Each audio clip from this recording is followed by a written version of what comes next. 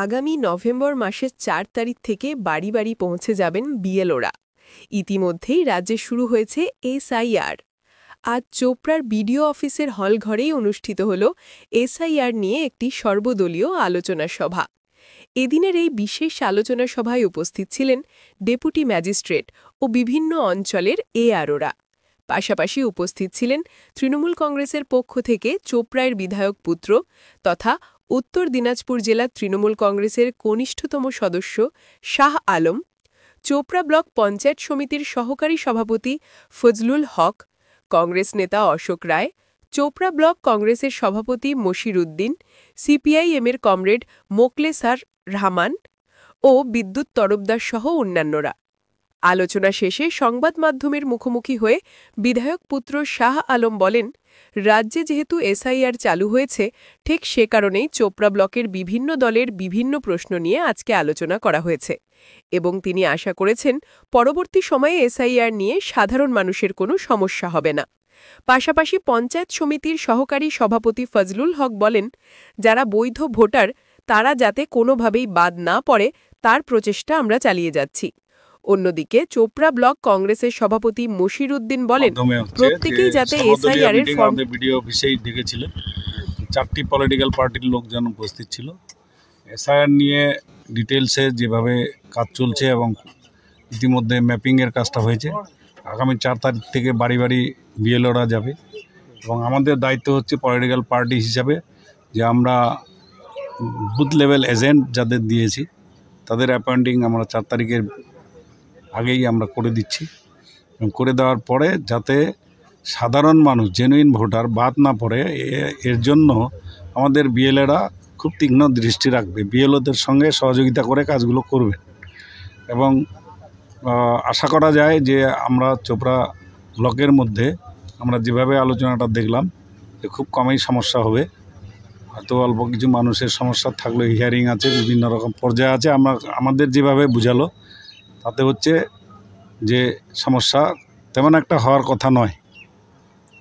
আমরা একটা জিনিস লক্ষ্য করেছি গ্রামগঞ্জে যে 1987 সালের আগে জন্মগ্রহণ করেছে এবং 2002 সালের ভোটার লিস্টে তাদের নাম নেই, তাদের বিষয়ে কোনো আলোচনা হয়েছে? তা তাদের বিষয়েও আলোচনা হয়েছে এবং তাদের অনেকগুলো অপশন আছে, সেই অপশনগুলোতে তারা পার হয়ে যাবে। বিভিন্ন দিক থেকে ওখানে আমাদের ডিটেলসে এখন পড়িনি, অনেক বড় বই, সেখানে পড়লে পরে তাদের যেখানে বাবা মার নাই তাদের গ্র্যান্ডফাদার আছে, গ্র্যান্ড মাদার আছে, এই পর্যন্ত টেক আপ করতে পারবে তারা। যারা ঠাকুরদা ঠাকুমা আছে তাদেরও টেক আপ করতে পারবে। অফিসিয়ালি কি বলবেন যারা এই এসআইআর নিয়ে উদ্বিগ্ন রয়েছে? অফিসিয়ালি আমরা মানুষকে এটা নিয়ে বিচলিত হতে বলবো না। আমরা পলিটিক্যাল পার্টি হিসাবে আমরা দায়িত্ব পালন করব যাতে জেনুইন ভোটার চোপড়া ব্লকে একটিও বাদ না পড়ে। বিশেষ করে এসআইআর নিয়ে সর্বদলীয় একটা মিটিং হয়েছিল। তো এইখানটায় বিশেষ করে যে এসআইআর নিয়ে কনফিউশন রয়েছে, সেই কনফিউশনগুলো মানে কারো যদি কোনো দলের কোনো প্রশ্ন থাকে তো সেগুলো ক্লিয়ার আউট করা হলো আজকে। এখান থেকে অনেকেই অফিসাররা ছিলেন, ওনারা সবাই মিলে যার যার সমস্যা ছিল এবং কোশ্চেন ছিল বা ডাউট ছিল সবগুলি ক্লিয়ার করা হলো। তো আশা করছি পরবর্তীকালে এসআইআর নিয়ে কোনো সমস্যা হবে না আর সব কিছু স্মুথলি হবে। একটা টাইম পিরিয়ড দেওয়া হয়েছে প্রত্যেক জিনিসের জন্য।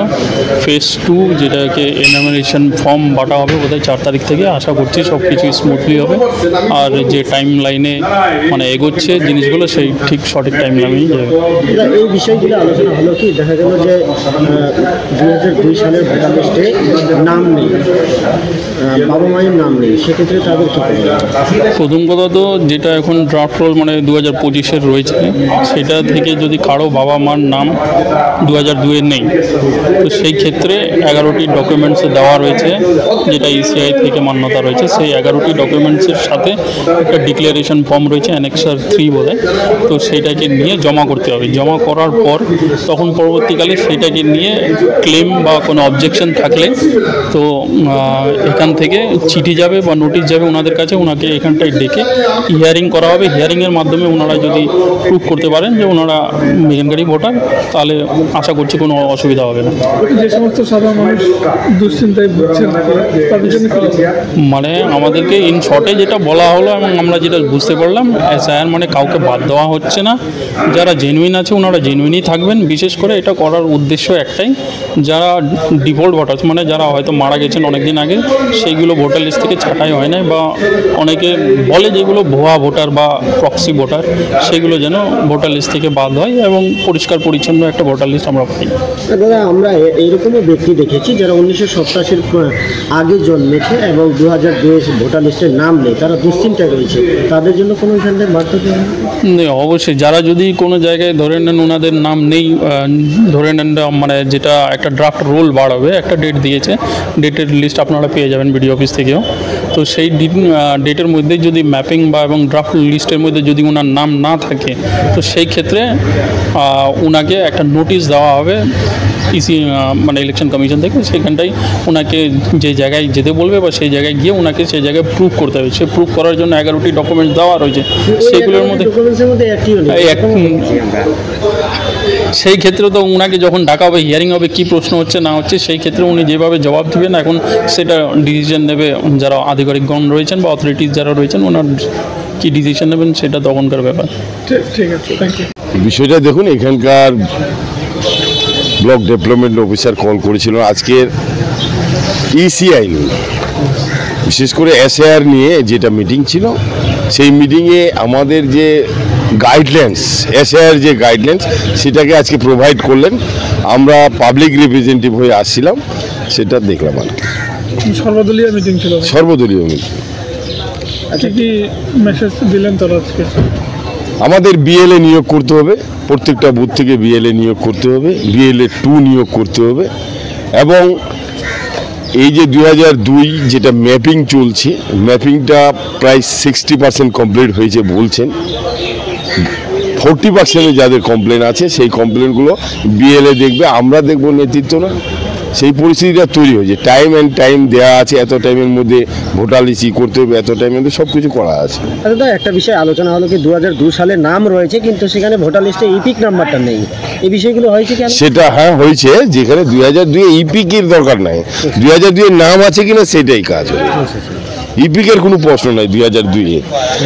2025-এ ইপিক আছে কিনা এটা দেখুন। 2002-এ ইপিকের কোনো প্রশ্ন নেই, ওই নাম্বারটা থাকলো না, কোনো অসুবিধা নেই। এটা ম্যাপিংয়ের ক্ষেত্রে, সেই ক্ষেত্রে 60% লোকের ধরেন এসআইআর প্রায় কমপ্লিট। প্রত্যেকটা লোকে ফর্ম ফিল আপ কিন্তু করতে হবে, প্রত্যেকটা লোককে ফর্ম ফিল আপ করতে হবে।